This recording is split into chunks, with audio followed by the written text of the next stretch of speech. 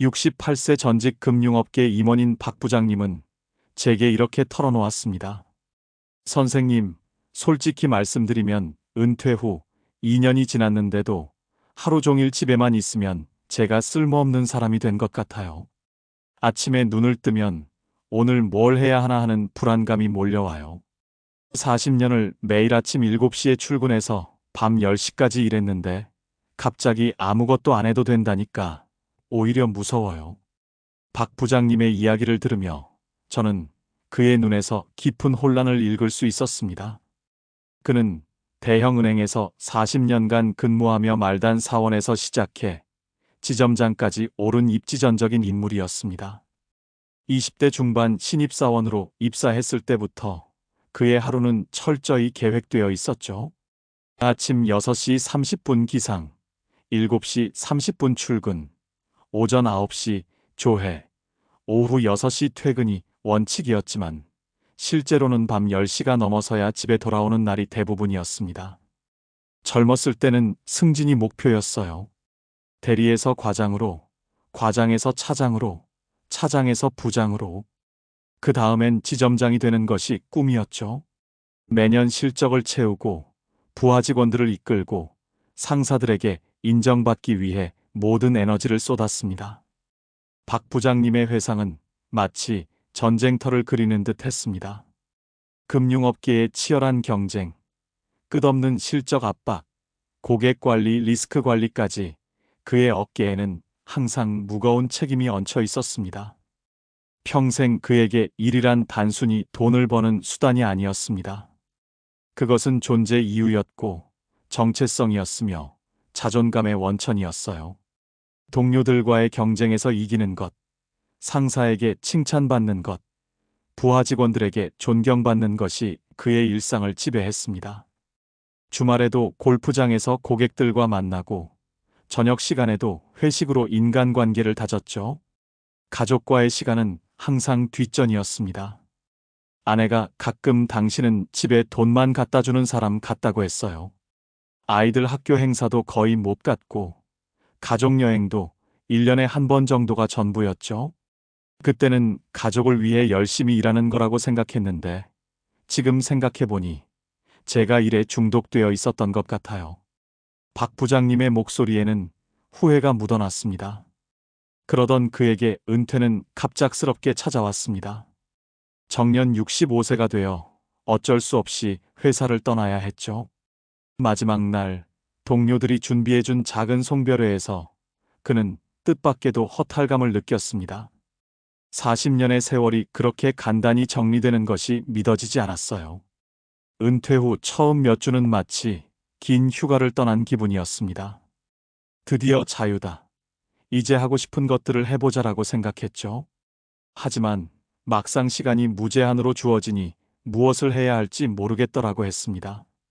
평생 스케줄에 맞춰 살았던 그에게 백지 같은 하루는 오히려 고문이었어요.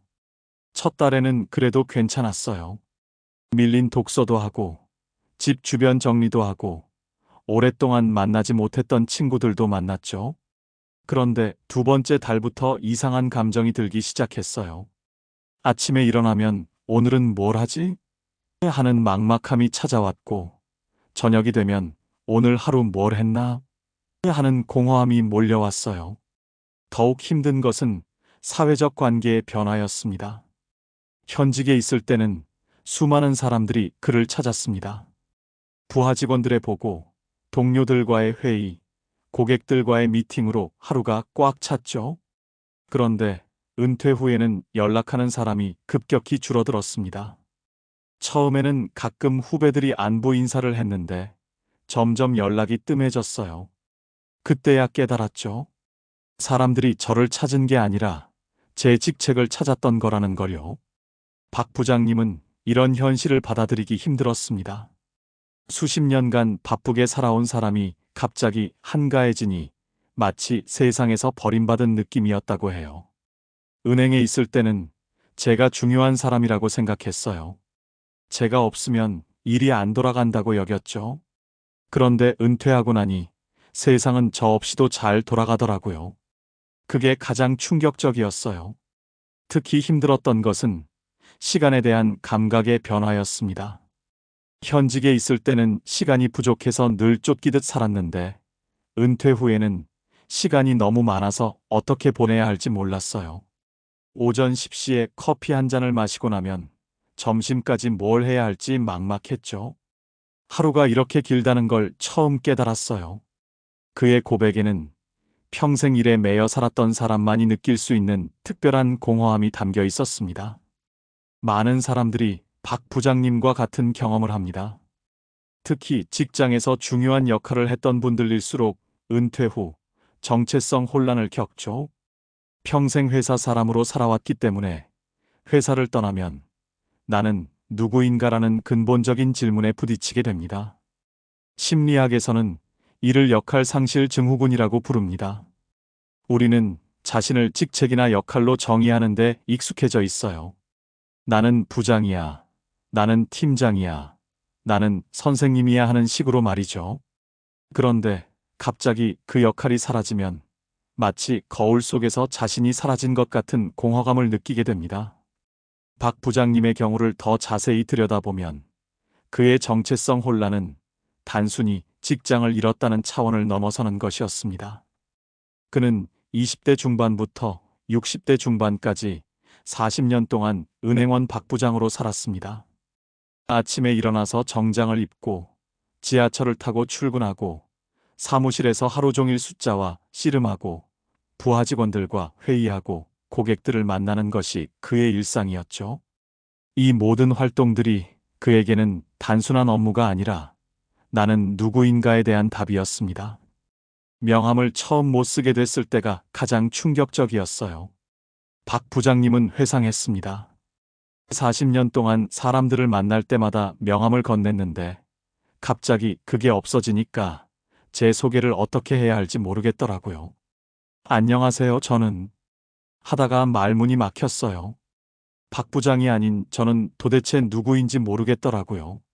심리학자 에릭 에릭슨은 인간의 발달 단계에서 노년기의 핵심 과제를 자아 통합대 절망이라고 했습니다. 즉, 지금까지 살아온 인생을 통합적으로 받아들이고 의미를 찾을 것인가, 아니면 후회와 절망에 빠질 것인가의 기로에 선다는 것이죠.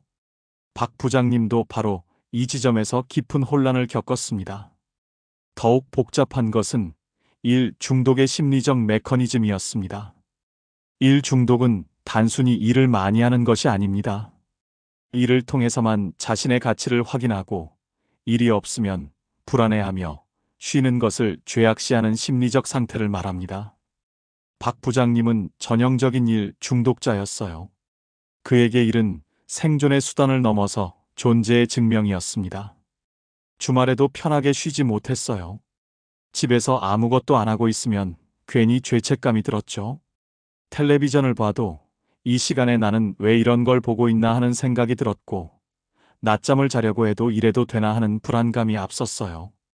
이는 일 중독자들의 전형적인 증상입니다. 그들에게는 생산적이지 않은 시간이 곧 낭비되는 시간으로 인식되기 때문입니다. 박 부장님이 은퇴 후 처음 몇 달 동안 시도했던 것들을 보면 이런 심리가 더욱 명확하게 드러납니다. 그는 완전히 쉬지 못하고 계속해서 의미 있는 일을 찾으려고 애썼어요. 먼저 대학 동기가 운영하는 중소기업에서 고문 역할을 맡아보려고 했습니다. 돈은 많이 안 줘도 되니까 경험을 살려서 후배들을 도와달라는 제안이었죠. 처음에는 기뻤습니다. 역시 나를 필요로 하는 곳이 있구나 싶었어요. 하지만 몇 주 지나니 문제가 보이기 시작했습니다. 대기업에서 체계적으로 일했던 그에게 중소기업의 업무 방식은 답답했고 자신의 조언이 제대로 받아들여지지 않는 것 같아 보였습니다. 결국 한 달 만에 그만뒀어요. 제가 원하는 건 진짜 일이 아니라 그냥 인정받고 싶었던 거더라고요. 다음에는 경영 컨설팅을 시작해 보려고 했습니다. 40년간 쌓은 금융업계 경험을 바탕으로 중소기업들에게 조언을 해주는 일이었죠. 명함도 새로 만들고 사무실도 얻으려고 알아봤습니다. 하지만 막상 준비를 하다 보니 현실적인 어려움들이 보였습니다. 젊은 컨설턴트들과 경쟁해야 하는데 디지털 시대의 변화에 제가 따라갈 수 있을까 하는 의문이 들었어요. 더 근본적인 문제는 동기였습니다. 정말로 컨설팅이 하고 싶었던 게 아니라 그냥 일하는 사람이라는 정체성을 유지하고 싶었던 것이죠. 솔직히 말하면 컨설팅 자체보다는 저는 컨설턴트입니다라고 말할 수 있다는 게 좋았어요. 다시 명함이 생기고 직함이 생긴다는 것 자체가 위안이었죠. 이런 시행착오를 겪으면서 박 부장님은 자신이 얼마나 일에 의존적인 삶을 살았는지 깨닫게 되었습니다. 가족들과의 관계에서도 이런 패턴이 드러났어요. 집에서도 그는 끊임없이 가장으로서의 역할을 찾으려고 했습니다. 집안의 모든 결정을 자신이 내려야 한다고 생각했고, 가족들이 독립적으로 일을 처리하는 것을 보면 오히려 소외감을 느꼈어요. 아내가 혼자서도 잘 살아가더라고요. 은행 업무도 혼자 처리하고, 집안일도 척척 해내고, 친구들과의 모임도 스스로 계획하고요. 40년 동안 제가 가족의 기둥이라고 생각했는데, 사실은 그냥 돈만 벌어오는 사람이었구나 하는 생각이 들었어요. 이는 많은 남성 은퇴자들이 겪는 공통적인 경험입니다. 경제적 부양자로서의 역할만 해왔기 때문에 다른 형태의 가족 관계를 맺는 방법을 모르는 것이죠. 심리학자들은 이런 상황을 학습된 무력감의 한 형태로 봅니다. 오랫동안 특정한 역할에만 매여 살다 보니 다른 방식으로 사는 법을 잊어버린 것입니다. 박 부장님에게는 은행원이 아닌 자신이 누구인지 탐색할 기회가 없었어요. 20대부터 은퇴할 때까지 단 한 번도 긴 공백기를 가져본 적이 없었으니까요. 그때 부인이 조용히 말했습니다. 당신 평생 일만 하면서 살았잖아요. 이제는 진짜 당신이 누구인지 찾아보는 시간을 가져봐요. 그 말이 박 부장님에게는 큰 깨달음을 주었습니다. 지금까지 자신은 역할만 해왔지 자신으로 산 적이 없다는 것을 깨달은 것이죠. 이제야 비로소 진짜 자신을 만날 시간이 온 것입니다.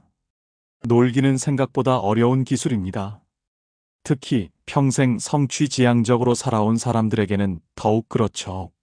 놀기 위해서는 먼저 심리적 준비가 필요합니다.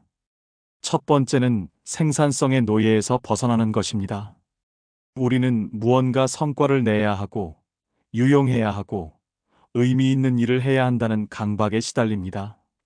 하지만 인생에서 쓸모없는 시간도 필요해요. 그냥 하늘을 바라보고 커피 한 잔을 천천히 마시고 아무 생각 없이 산책하는 시간 말이죠. 박 부장님이 이 과정에서 겪은 심리적 변화는 매우 흥미로웠습니다. 부인의 조언을 듣고 진짜 자신을 찾기로 결심한 후에도 처음 몇 주간은 여전히 무언가 의미 있는 것을 해야 한다는 강박에서 벗어나지 못했어요. 부인이 그냥 쉬어보라고 했는데 막상 쉬려고 하니까 어떻게 쉬어야 하는지 모르겠더라고요. 40년 동안 쉬는 법을 배운 적이 없었거든요. 생산성 강박의 뿌리는 깊었습니다.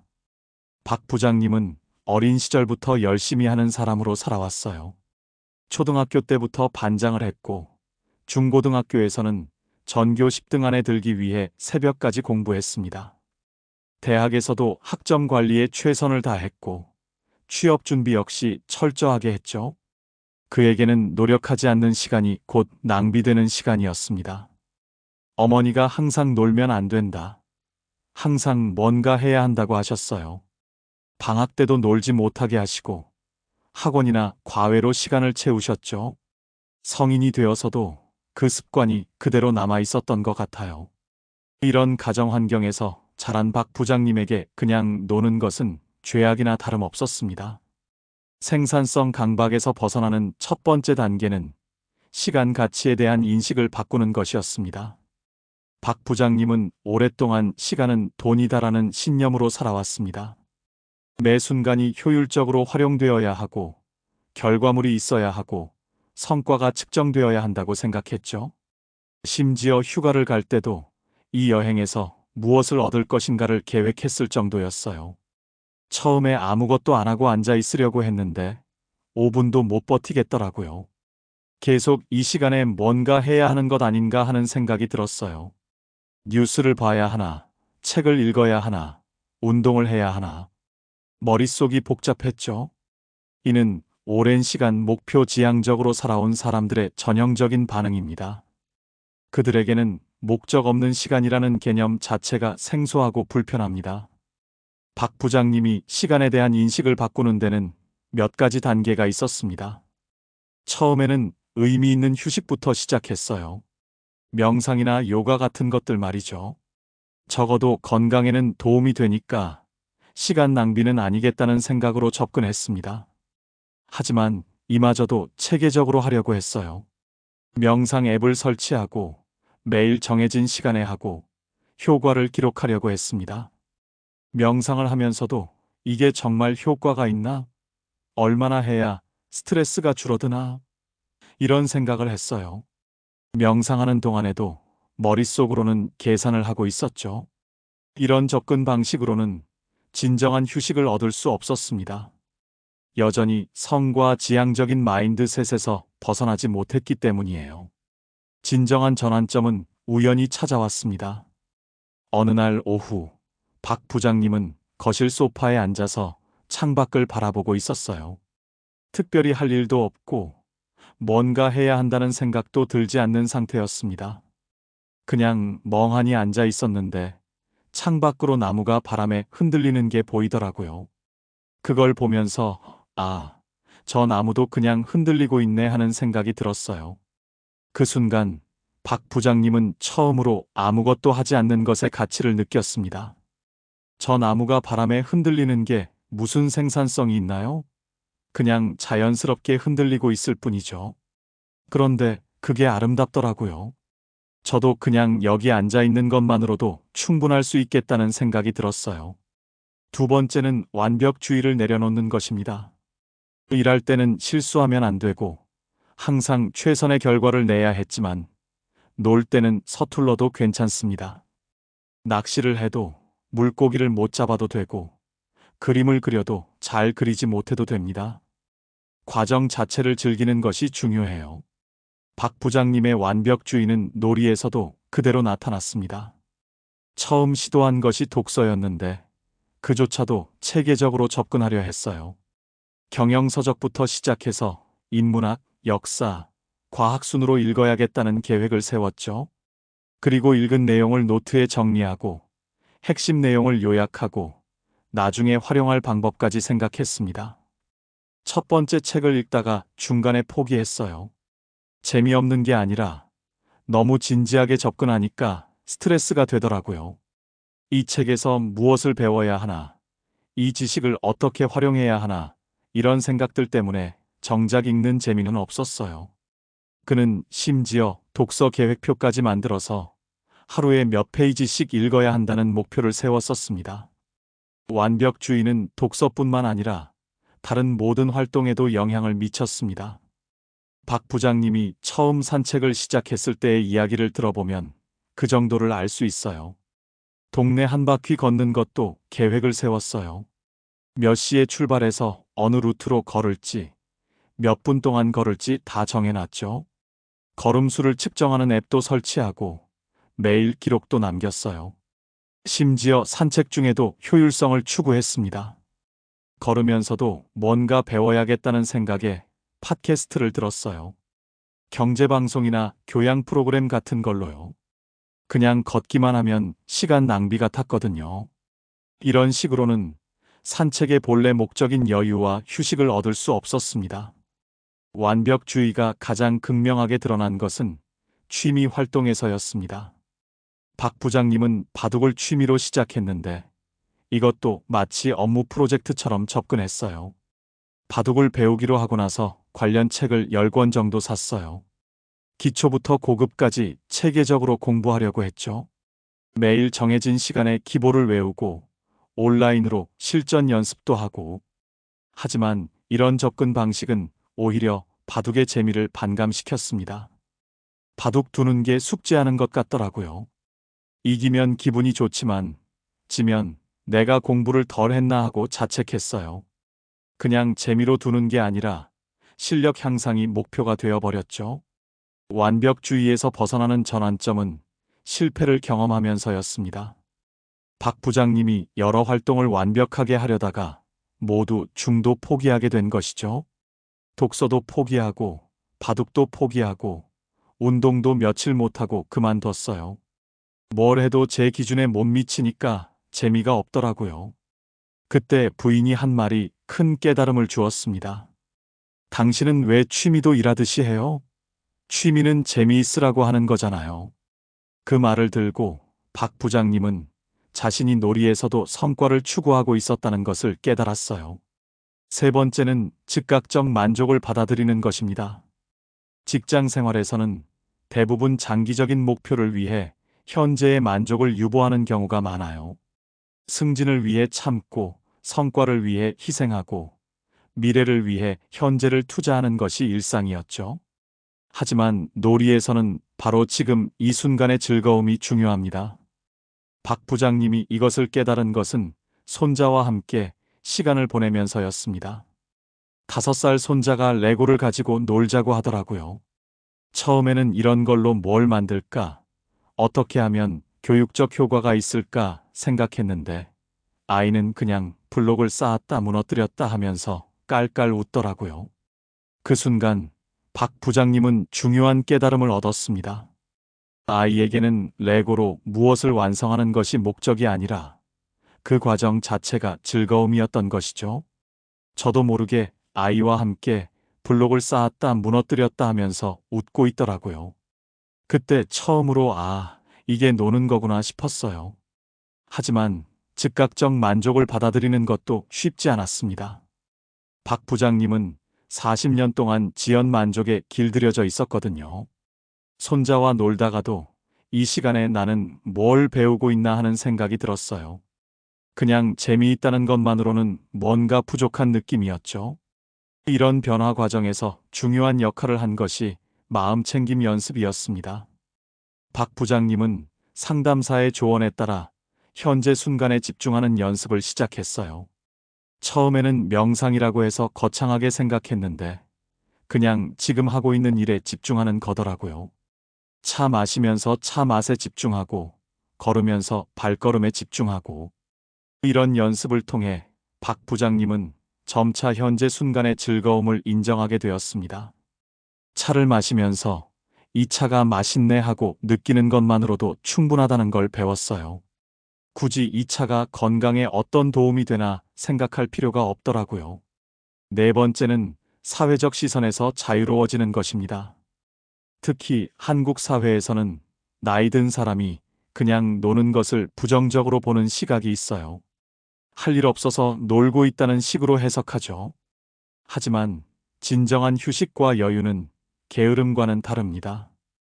박 부장님도 이런 사회적 압박을 많이 느꼈습니다.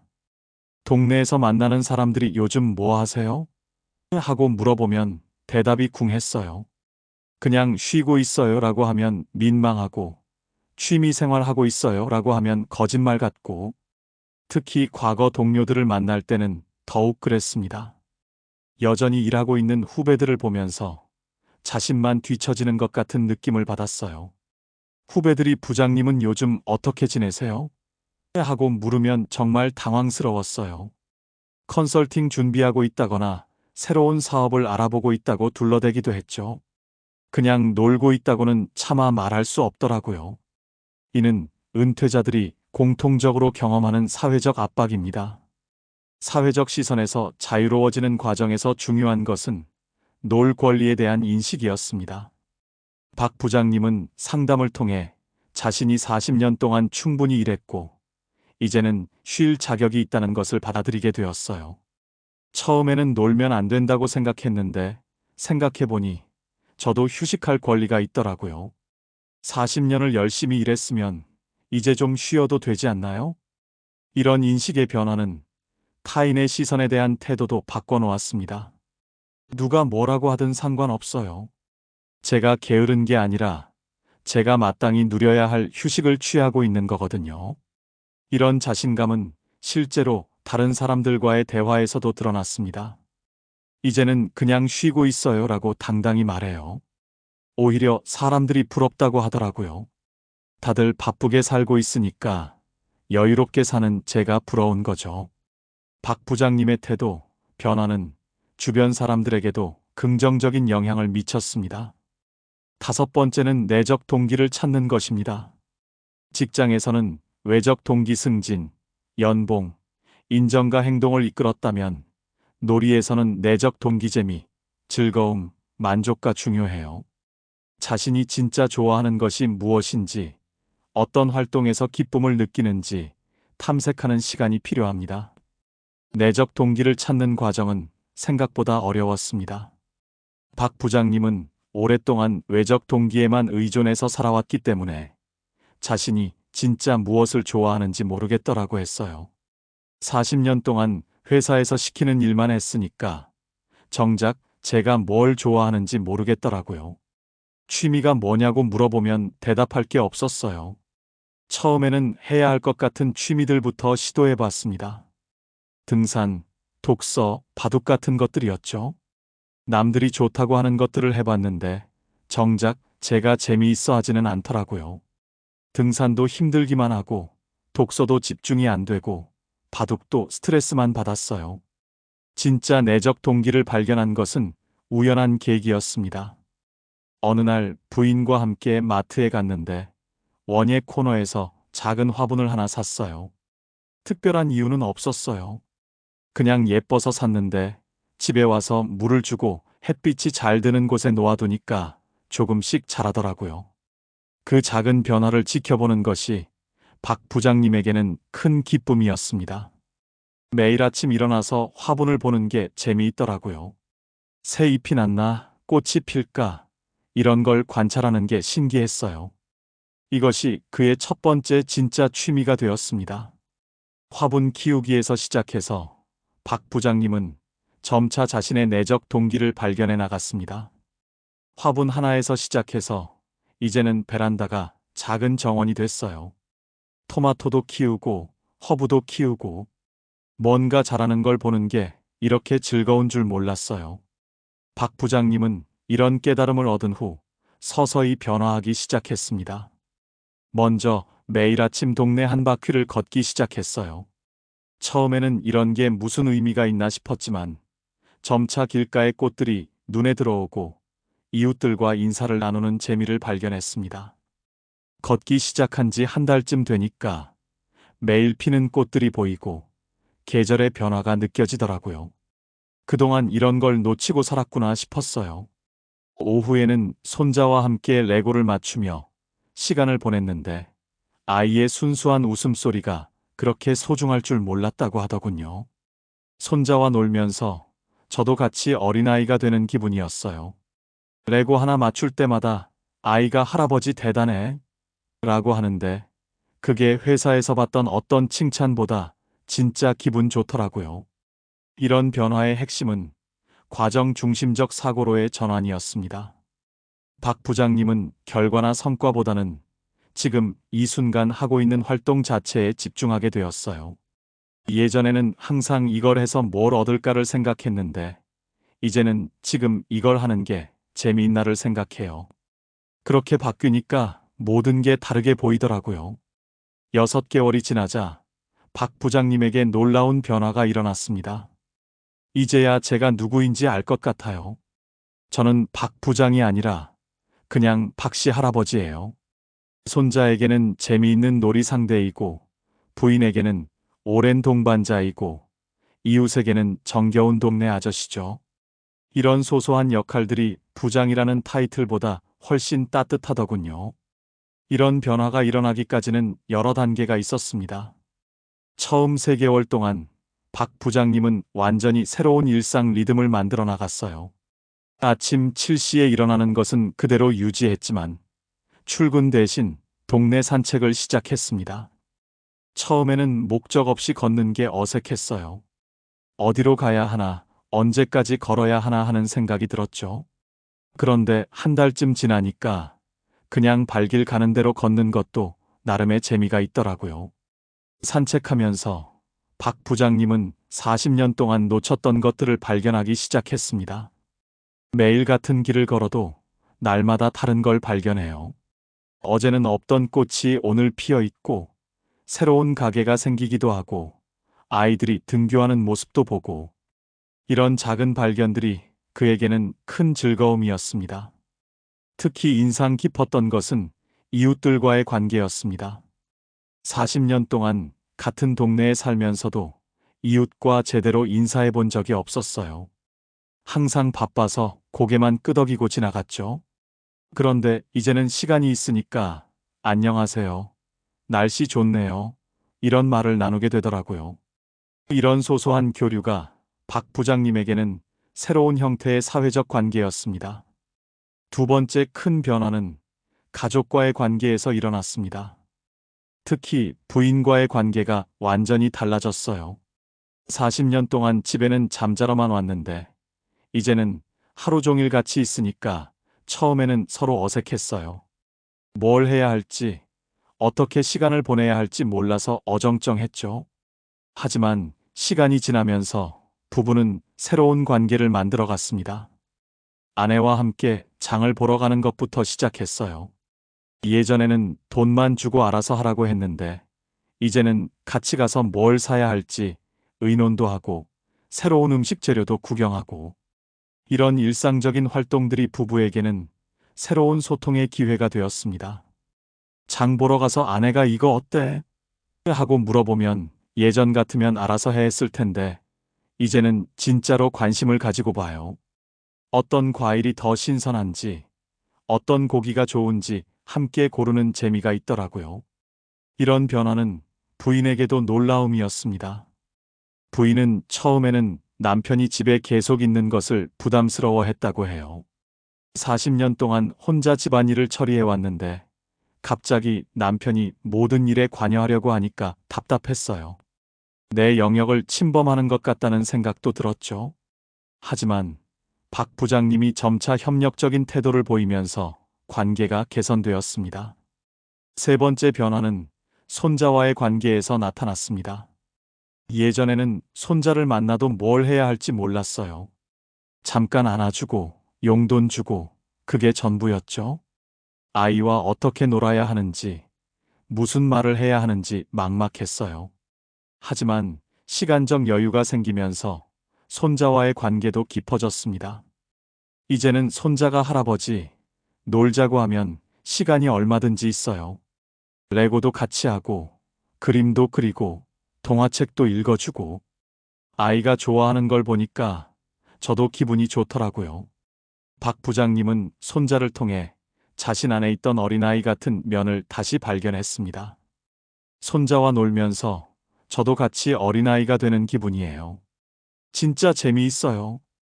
회사에서는 항상 어른스럽게 진지하게 행동해야 했는데 손자 앞에서는 그냥 웃고 떠들고 장난칠 수 있어서 좋아요. 이런 경험을 통해 박 부장님은 자신의 다양한 면을 발견하게 되었습니다. 심리학 연구에 따르면 은퇴 후 적응을 잘하는 사람들의 공통점은 새로운 정체성 찾기에 성공한다는 것입니다. 직장에서의 역할을 뛰어넘어 인간 본연의 모습을 발견하는 거죠. 가족 구성원으로서의 나, 친구로서의 나, 지역사회 일원으로서의 나, 그리고 무엇보다 나 자신으로서의 나를 만나는 것입니다. 박 부장님의 경우 이런 새로운 정체성들이 하나씩 자리를 잡아갔습니다. 먼저 남편으로서의 정체성이 새롭게 형성되었어요. 40년 동안 저는 집에 돈만 가져다 주는 사람이었어요. 그런데 이제는 진짜 남편이 된 것 같아요. 아내와 대화도 하고 함께 시간도 보내고 서로 의지도 하고 다음으로 할아버지로서의 정체성이 생겼습니다. 손자에게 저는 그냥 재미있는 할아버지예요. 용돈 주는 할아버지가 아니라 같이 놀아주는 할아버지죠.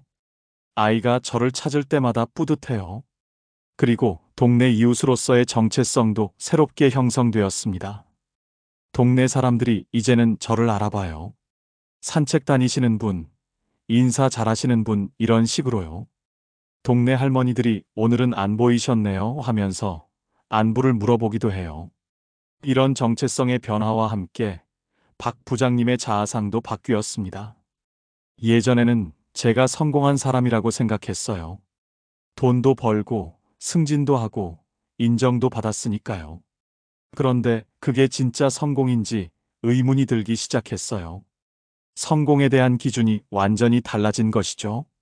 이제는 성공의 기준이 다르게 느껴져요. 아침에 일어나서 오늘 하루가 즐거웠다고 느낄 수 있으면 그게 성공이에요. 가족이 건강하고 웃을 일이 있고 마음이 평안하면 그걸로 충분해요. 이런 변화는 박 부장님의 전반적인 삶의 태도를 바꿔놓았습니다. 전문가들은 이런 조언을 합니다. 은퇴 후 최소 1년은 탐색의 시간을 가지라고 해요. 성급하게 새로운 일을 찾으려 하지 말고 진짜 자신이 무엇을 좋아하는지, 어떤 사람인지 천천히 발견해 보라는 거죠. 그리고 노는 것에 대한 죄책감을 버리는 것이 중요합니다. 평생 열심히 일한 당신에게는 충분히 쉴 자격이 있어요. 박 부장님도 이런 과정을 거쳤습니다. 처음 1년은 정말 탐색의 시간이었어요. 뭘 해야 할지 몰라서 이것저것 해봤어요.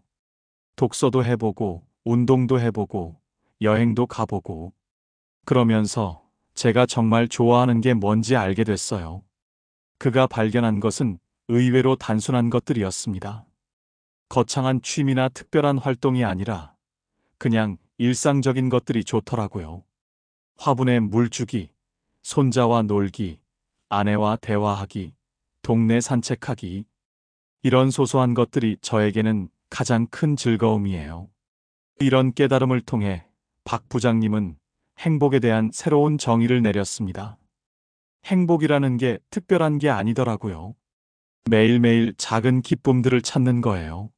아침에 일어나서 날씨가 좋으면 기분 좋고, 화분에 새잎이 나면 신기하고, 손자가 웃으면 따라서 웃게 되고, 이런 순간순간들이 모여서 행복이 되는 거죠.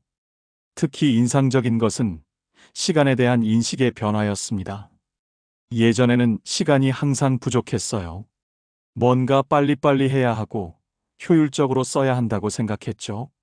그런데 이제는 시간이 넉넉해요. 급할 게 없으니까 모든 걸 천천히 할 수 있어요. 이런 변화는 박 부장님의 건강에도 긍정적인 영향을 미쳤습니다. 스트레스가 확실히 줄었어요. 혈압도 내려갔고, 잠도 잘 오고, 소화도 잘 돼요. 몸이 가벼워진 느낌이에요. 의학적으로도 스트레스 감소는 전반적인 건강 개선에 큰 도움이 됩니다. 박 부장님은 이제 이렇게 말합니다. 젊었을 때는 성공이 목표였다면, 이제는 평안이 목표예요. 매일 웃고 사랑하는 사람들과 시간을 보내고, 작은 일상의 기쁨을 느끼는 것. 이게 진짜 성공이더군요. 놀기가 두려웠던 그가 이제는 놀기의 달인이 되었습니다. 일에서 벗어나 진정한 자신을 만났고 그 안에서 새로운 행복을 찾았죠. 40년 동안 일만 하면서 언젠가는 쉬어야지 했는데 막상 쉬려고 하니까 무서웠어요. 그런데 이제는 알겠어요. 쉬는 것도 기술이고 노는 것도 능력이더라고요. 여러분도 용기를 내어 보세요. 놀아도 괜찮습니다. 아니, 놀아야 합니다. 그것이 당신이 마땅히 누려야 할 권리니까요. 평생 일만 한 사람에게 주어진 특권이 바로 놀 권리예요.